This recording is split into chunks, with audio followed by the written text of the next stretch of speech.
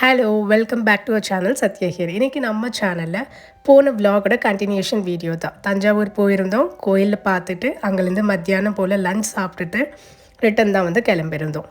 இந்த வீடியோவோட ஹைலைட்ஸும் ஷேர் பண்ணிடுறேன். கும்பகோணமில் வந்து இந்த பிராஸ் ஐட்டம்ஸ்லாம் வாங்கியிருந்தோம் இல்லையா, அது எல்லாமே இந்த வீடியோவில் வந்து அதோட ப்ரைஸ் ரேஞ்சஸ் என்னெல்லாம் வாங்கியிருந்தேன்னு ஷேர் பண்ணுறேன். அதோட நியூ இயர் செலிப்ரேஷன் இந்த வீடியோவில் வந்து அதோட கிளிம்சஸ்லாம் பார்த்துடலாம்.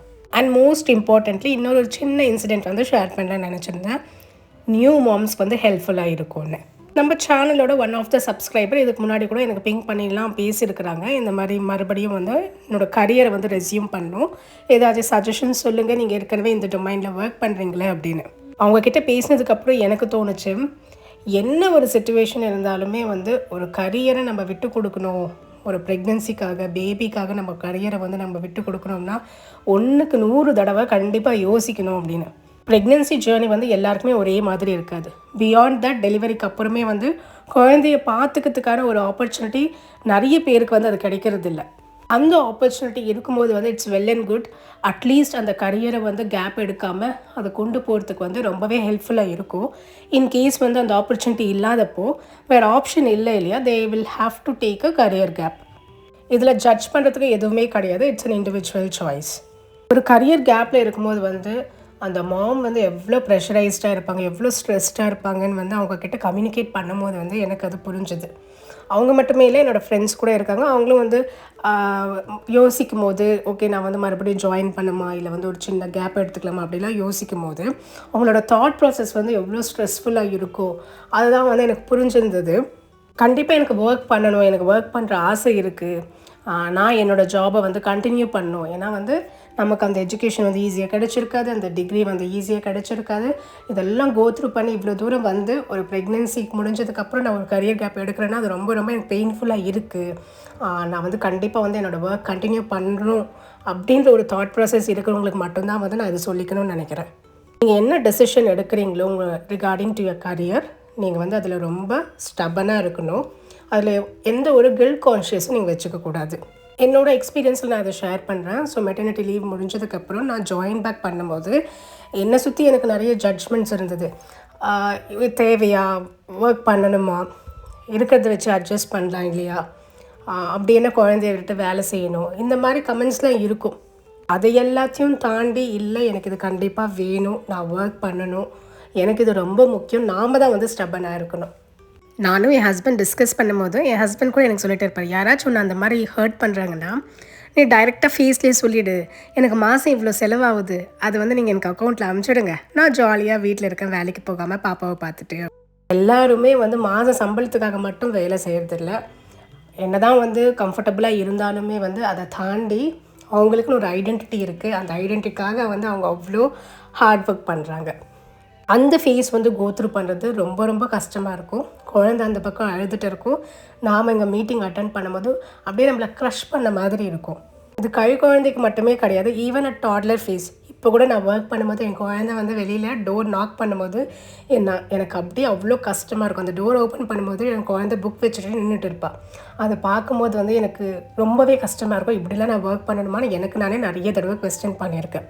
பட் லாஸ்ட் வீக் அந்த நியூ மாமோட கம்யூனிகேட் பண்ணும்போது வந்து எனக்கு தோணுச்சு, எப்படியோ கஷ்டப்பட்டு இந்த ஹார்டான ஃபேஸை வந்து நம்ம கோத்ரூ பண்ணிட்டோம், இல்லைனா வந்து இவ்வளோ ஸ்ட்ரெஸ்ஃபுல்லாக நாமளும் இருந்திருப்போம் இல்லையா, நம்ம எடுத்த டெசிஷன் கரெக்ட் தான் அப்படின்னு எனக்கு தோணுச்சு. இந்த மாதிரி ஃபேஸில் நீங்கள் இருந்தீங்கன்னா 1க்கு 100 தடவை யோசிச்சுக்கோங்க, உங்களோட கரியர் கேப் நீங்கள் எடுக்கணுமா அப்படின்னு. மறுபடியும் நீங்கள் வந்து உங்களோட ப்ரொஃபஷனுக்கு வந்து கெட் பேக் ஆகணும்னு நினச்சிங்கன்னா வந்து கண்டிப்பாக இந்த ஒரு டெசிஷனை வந்து நீங்கள் நல்லா யோசித்து தான் எடுக்கணும். ஏன்னா அந்த மீன் டைம், அந்த கேப்பில் வந்து நீங்கள் வந்து ரொம்ப இன்செக்யூர்டாக, ரொம்ப டிப்ரெஸ்டாக வந்து ஃபீல் பண்ணுறதுக்கான நிறைய சான்சஸ் இருக்குது. ஸோ இதெல்லாம் யோசித்து எல்லா ஆங்கிள்ஸ்லேயும் வந்து டிஸ்கஸ் பண்ணி அதுக்கப்புறம் ஒரு டெசிஷன் எடுத்துக்கோங்க. என்னோடய எக்ஸ்பீரியன்ஸில் எனக்கு தோணுது, நாட் நெசசரி வந்து நீங்கள் மறுபடியும் உங்களோட ஜாப்க்கு வந்து கெட் பேக் ஆகணும்னு, பட் ஏதோ ஒன்று நம்ம செஞ்சுட்டு இருக்கணும், ஐடியலாக இருந்துடவே கூடாதுன்றது மட்டும்தான் வந்து என்னோடய தாட் ப்ராசஸாக இருந்துச்சு. இப்போவும் அப்படி தான் வந்து நான் ஃபீல் பண்ணுறேன். அன்னைக்கு ரிட்டன் வரும்போது பண்ருட்டி வழியாக தான் வந்திருந்தோம். அங்கே வந்து பலாப்பழம் ரொம்ப ஃபேமஸ். ஸோ அங்கே வந்து ஸ்டாப் பண்ணி 2 பலாப்பழம் வந்து வாங்கிட்டு வந்திருந்தோம். அது பழுக்க வந்து எப்படியோ 2 நாள் ஆகும்னு சொல்லியிருந்தாங்க. ஸோ வீட்டுக்கு கொண்டு வந்து கோணிப்பையில் தான் வந்து க்ளோஸ் பண்ணி வச்சுருந்தோம். அவங்க சொன்னது என்னமோ 2 days தான், பட் அது வந்து பழுக்க வந்து 1 week போல் ஆச்சு. 1 கேஜி வந்து அரௌண்ட் 18 ருபீஸ் போல் வந்து சொல்லியிருந்தாங்க. அந்த 2 பழாப்பழம், ஒரு பெரிய பலாப்பழம், இன்னொன்று வந்து குட்டியான பழாப்பழம் காம்ப்ளிமெண்ட்டாக கொடுத்துருந்தாங்க. 2ம் சேர்ந்து வந்து 500 போல் வந்து பே பண்ணியிருந்தோம். நாங்கள் எக்ஸ்பெக்ட் பண்ணவே இல்லை அவங்க எங்களை எப்படி பண்ணுவாங்க அப்படின்னு. நாங்கள் சொல்லியிருந்தோம் நாங்கள் சித்தூர்லேருந்து வரோம், எங்களுக்கு நல்ல பழமாக கொடுங்க அப்படின்னு.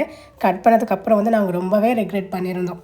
நைட் ஒரு 10:30 போல் தான் வந்து வீட்டுக்கே வந்து ரீச் பண்ணியிருந்தோம். கும்பகோணம்லேருந்து என்னெல்லாம் திங்ஸ் வாங்கிட்டு வந்தேன்னு பார்க்கலாமா?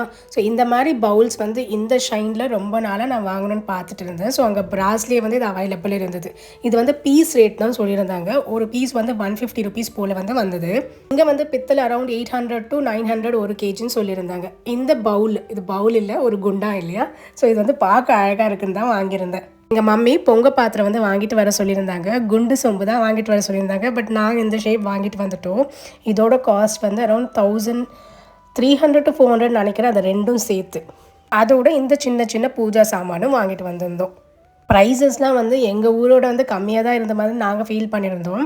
ஸோ இன்ஸ்டாகிராமில் ஒரு பேஜில் வந்து செக் பண்ணி பார்த்துருந்தேன். இதே சொம்பு வந்து ஒன்று மட்டுமே வந்து 1500 கோட் பண்ணியிருந்தாங்க. அதை பார்த்தோடனே ஓகே, நம்ம வந்து நல்ல பொருளாக தான் வாங்கி வந்திருக்கோம் அப்படின்னு நான் கொஞ்சம் சாட்டிஸ்ஃபை ஆகிருந்தேன். நியூ இயர் அன்றைக்கி எனக்கு ஹாலிடேவாக தான் இருந்தது. என் ஹஸ்பண்டுக்கு வந்து அன்றைக்கி லீவ் கிடைக்கல. ஸோ காலையில் போல் இந்த சாரீ தான் வந்து வேர் பண்ணியிருந்தோம். அன்றைக்கி மார்னிங் வந்து கோயிலுக்கு போக முடியல. ஸோ அன்றைக்கி ஈவினிங் தான் வந்து கோயிலுக்கு போகலான்னு வந்து பிளான் பண்ணியிருந்தோம். எங்கள் ஊருக்கு ரொம்ப பக்கம் வந்து காணிப்பாக்கம். ஸோ அரௌண்ட் ஒரு 10 கிலோமீட்டர்ஸ் டிஸ்டன்ஸில் தான் வரும். ஒரு 8:30 டைம் போனோன்னா வந்து கொஞ்சம் ஃப்ரீயாக இருக்கும், தர்ஷனம் நல்லா பார்க்கலாம் அப்படின்னு தான் வந்து அரௌண்ட் 8:30 போல் வந்து போயிருந்தோம். நாங்கள் நினச்ச மாதிரி ஃப்ரீ தர்ஷன்லேயே வந்து அன்றைக்கி சாமி பார்க்க முடிஞ்சுது. நல்லா நின்று நிதானமாக வந்து சாமி பார்த்துட்டு வந்திருந்தோம். நீங்கள் இன்னன் அரௌண்ட் சித்தூரில் இருக்கீங்க அப்படின்னா, கூட்டம் இல்லாத டைமில் வந்து நீங்கள் கோயில் போகணும்னு நினச்சிங்கன்னா வந்து நைட் அரௌண்ட் 8 o'clock போகணும். அப்போ தான் வந்து ஃப்ரீயாக இருக்கும். இது நான் நிறைய தடவை வந்து அப்சர்வ் பண்ணியிருக்கேன். இதுக்கு முன் வருஷம் கூட காணிப்பக்கம் போகலான்னு வந்து நியூ இயர் அன்றைக்கி காலையில் போயிருந்தோம், சரியான கூட்டம். பட் இந்த தடவை நைட் போனதுனால வந்து நல்லா ஃப்ரீயாக வந்து சாமியை பார்க்க முடிஞ்சுது. இந்த வாரம் முழுக்க வந்து சரியான பிலிகிரிமேஜ் ட்ரிப்பாக தான் இருந்தது. ஸோ ரொம்ப ரொம்ப பிளெஸ்டாக, ஹாப்பியாக, பாசிட்டிவாக வந்து ஃபீல் பண்ணியிருந்தேன். உங்கள் எல்லாருக்குமே கூட இந்த வருஷம் நல்லபடியாக போகணுன்னு நான் விஷ் பண்ணிக்கிறேன். அது மட்டுமே இல்லை, போன வருஷம் ஃபேஸ் பண்ண எல்லா ஹர்டில்ஸ், அப்டிக்கிள்ஸ் எல்லாத்துக்குமே ஒரு தேங்க்யூ நோட் போட்டு அதெல்லாம் ஃபேஸ் பண்ணுறதுக்கு ஒரு எனர்ஜி கொடுத்ததுக்கு வந்து ரொம்ப நன்றி சொல்லிட்டு தான் வந்து வந்திருந்தேன்.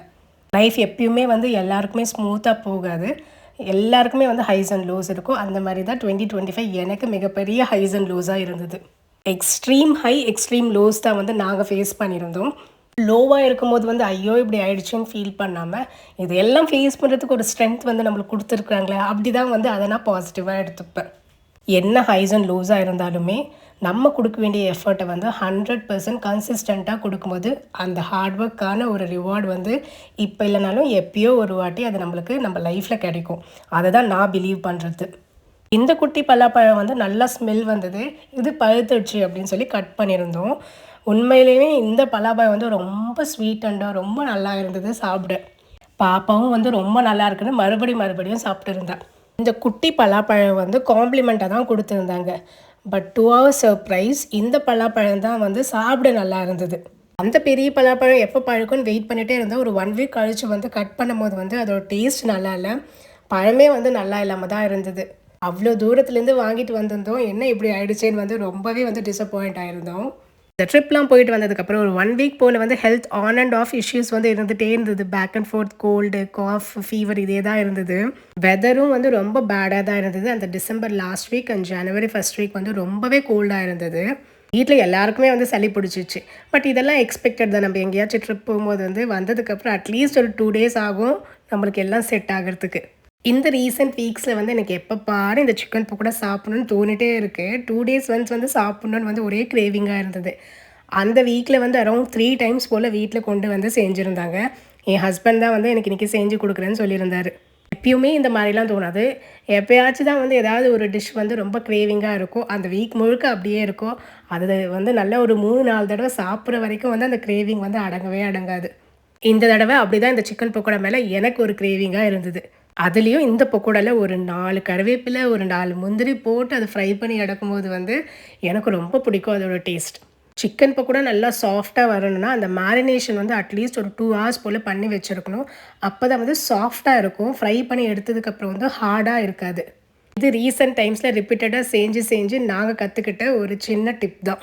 இந்த வீடியோ க்ளோஸ் பண்ணுறதுக்கு முன்னாடி இந்த கரியர் கேப் உள்ள மாம்ஸ்லாம் வந்து ரொம்ப ஸ்ட்ரெஸ்டாக ரொம்ப ப்ரெஷர்டாக வந்து ஃபீல் பண்ணாதீங்க.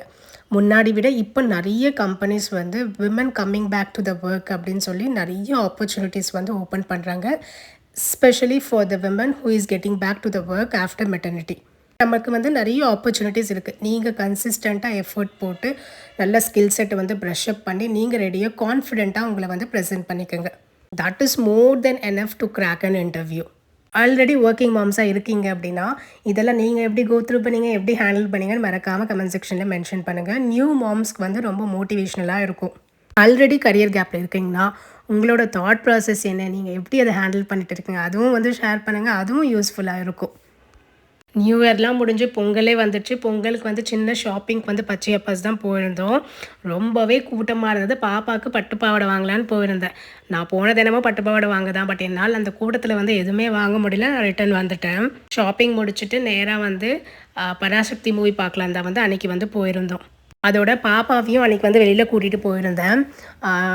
ரிலையன்ஸ் ஸ்டோருக்கு தான் வந்து கூட்டிகிட்டு போயிருந்தேன். அவளுக்கு இந்த மாதிரி வெளியில் போகிறதெல்லாம் ரொம்ப பிடிக்கும். எஸ்பெஷலி ரிலையன்ஸ், டிமார்ட்டிங்கெலாம் போகும்போது வந்து அதை சுற்றி அந்த திங்ஸ்லாம் பார்க்கும்போது வந்து ரொம்ப ஹாப்பியாக எக்ஸைட்டடாக வந்து ஃபீல் பண்ணுவான். இதை தாங்க இன்றைக்கி உங்ககிட்ட வந்து ஷேர் பண்ண நினச்சிருந்தேன். Hope you like this video. Meet you the next video. Thank you. Bye.